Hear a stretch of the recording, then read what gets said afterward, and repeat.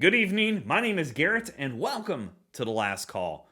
On tonight's verses, we have the Battle of the Ben Holladay. We have the Missouri Straight Bourbon Whiskey, bottled in bond, coming in at a 50% ABV, 6-year age statement, versus their soft red wheat, bottled in bond, Missouri Straight Bourbon Whiskey, coming in at a 50% ABV, 6-year age statement. That is a mouthful to say. Nonetheless, I'm a big fan of what's going on at Ben Holladay, and they are hitting the ground hard with these bottles.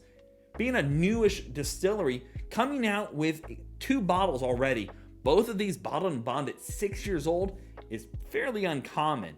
Now, the interesting thing between these two is not only are they both bottled and bond products, they're both 6 years old, but we know the mash bill, and the mash bill is very, very similar.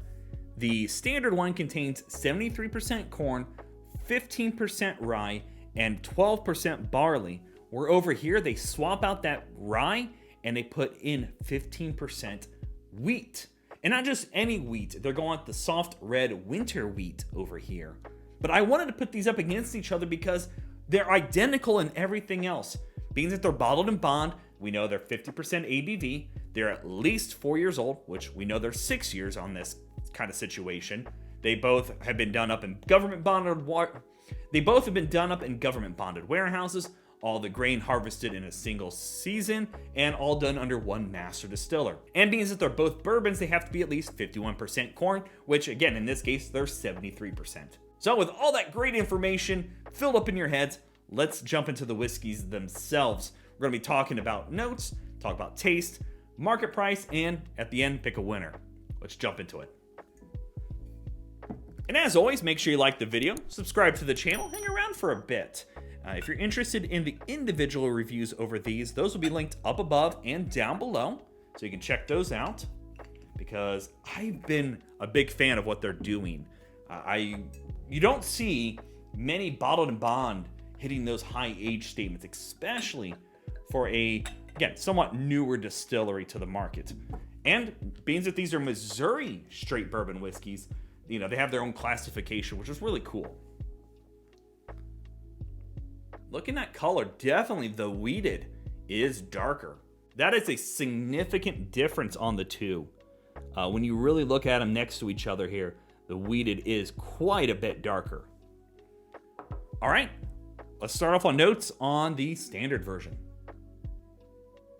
Oh, man, beautiful fruit notes. Almost like berries today for me. There is a little bit of that grain sweetness going on here, but such a fruity nose for me. Beautiful spices going on. That rye spice is just enough to give it some character. Deep, rich, dark, oaky notes too. A little bit of honey.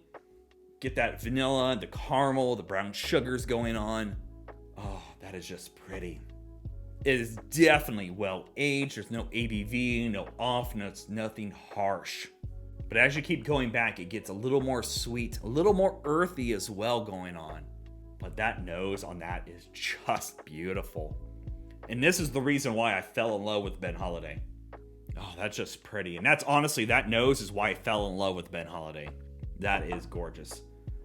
And I'm a big wheat fan. Like, I love wheated bourbons. And I really enjoyed this, so I'm interested on going back and forth between these two. So, let's go for notes. There is a difference there, wow. So, you get more of the waxy, and the spice differences are significantly different. This is more like a classic rye, getting a little bit of herbal, not really much medicinal, but just a nice, beautiful rye sweet spice going on over there. Here, you're getting waxy and that deep, rich spiciness from a wheated product. And for me, it also comes across a little dusty as well from that corn. A little bit of floral coming from there as well, and that's really interesting. That floral note mixed in there with that bit of wheat is gorgeous. And honestly, from the time period that I've opened this bottle on the wheated, it doesn't have the same kind of ABV bite that I was picking up in my initial review. It was definitely opening up very well. But I love the honey notes, the bit of floral going on in there as well. That is just a very nice weeded option. Now, on nose alone, I'm going to give it to the standard. The beautiful richness this one brings across. Every time I go back to it, it's just beautiful.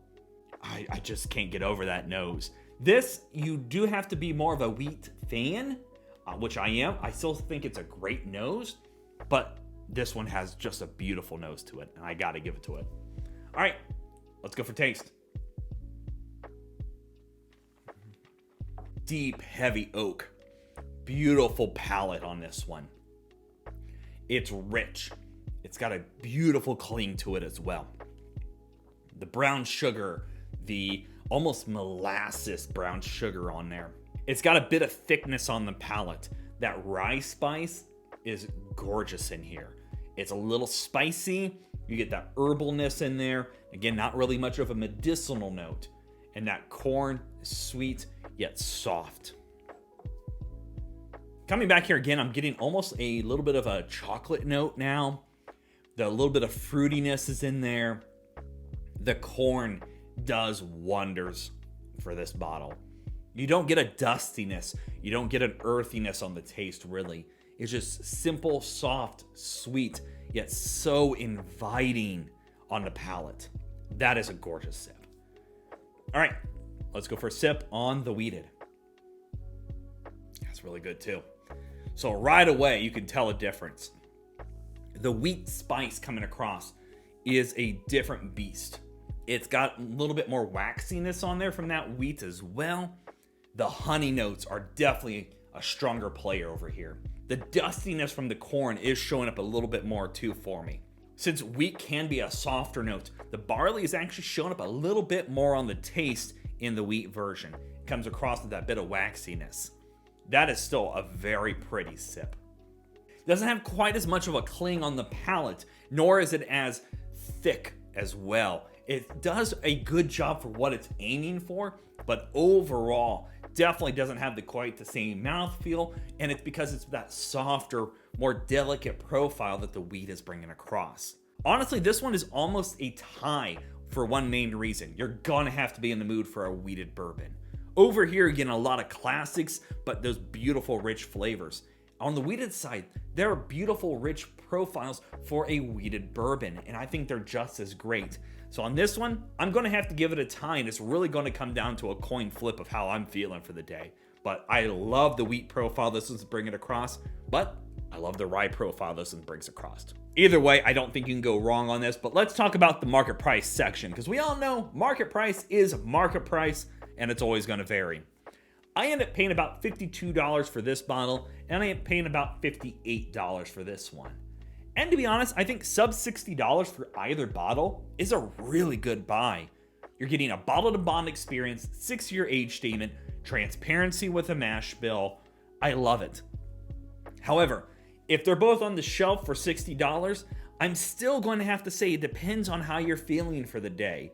If you're in the mood for a wheated profile, this is gorgeous. I love what that wheat does in there. But if you're more in a classic bourbon whiskey mood, the standard bottled and bond is gorgeous.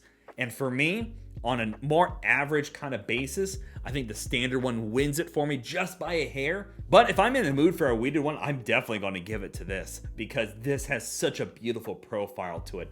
Either way, Ben Holladay is knocking it out of the park. For a newish distillery, being transparent, you got the age statements, you're doing bottled and bond, you're telling us a mash bill, you're doing all the correct work in the whiskey world. Neither of these I would complain about. If you poured me either of them, I will be a happy camper, and I think you will be too. So yeah, there you have it, folks. Ben Holladay, Missouri Straight Bourbon Whiskey, bottled and bond, versus Ben Holladay Soft Red Wheat Missouri Straight Bourbon Whiskey, bottled and bond. Again, way too much to say. If you have questions about either bottle, let me know down in the comment section below. I will do my best to answer it. And if you have any specific spirits I should put up against each other, also let me know down below. I love doing these A/B comparisons. It helps me learn, helps you learn something at home as well. Maybe save yourself a couple bucks. And as always, may your last drink of the night be the best one.